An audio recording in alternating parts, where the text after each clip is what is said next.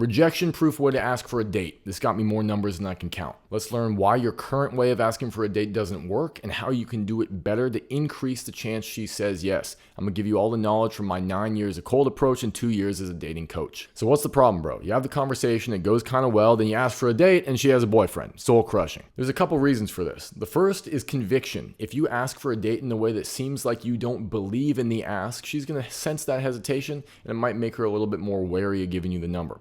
But we're actually going to focus on the more tactical reason right now, which is the way that you're asking.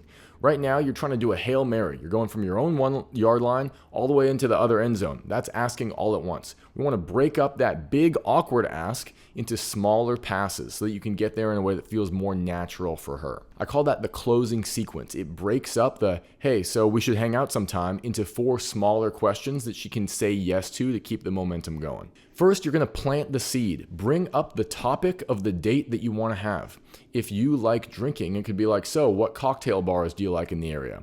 If you like playing sports together, it could be, so like, what's a favorite hobby that you have? What do you like to do on the weekend? If you like eating, it could be like, oh, like what cool restaurants have you explored lately? You're just trying to open the topic that eventually you're going to use for the date, but you're not going to do it yet. You can do this early on in the conversation. You can do it late in the conversation. You're just bringing up the topic so that the seed is planted. Then you're going to use it later. And then when it's time for the close, you're going to qualify.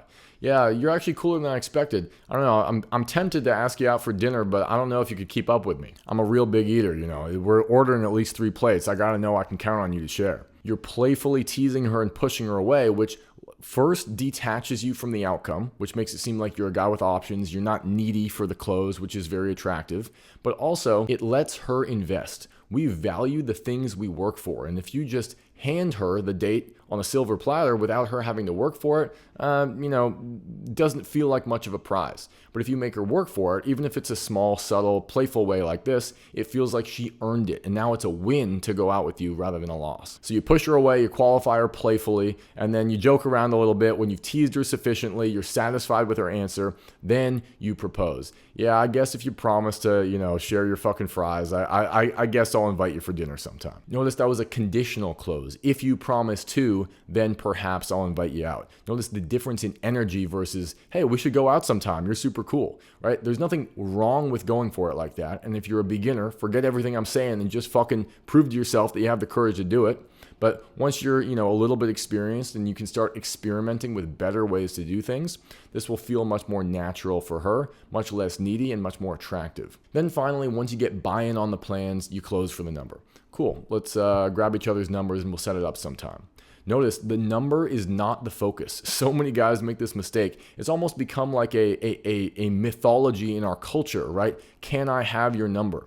It's bullshit, man. The number is just the means to facilitate the plans. The plans are what actually matters. And hell, the plans aren't even what matters. The plans are just the means to facilitate you and her getting to know each other. So what actually matters is the mutual agreement that you fuck with each other.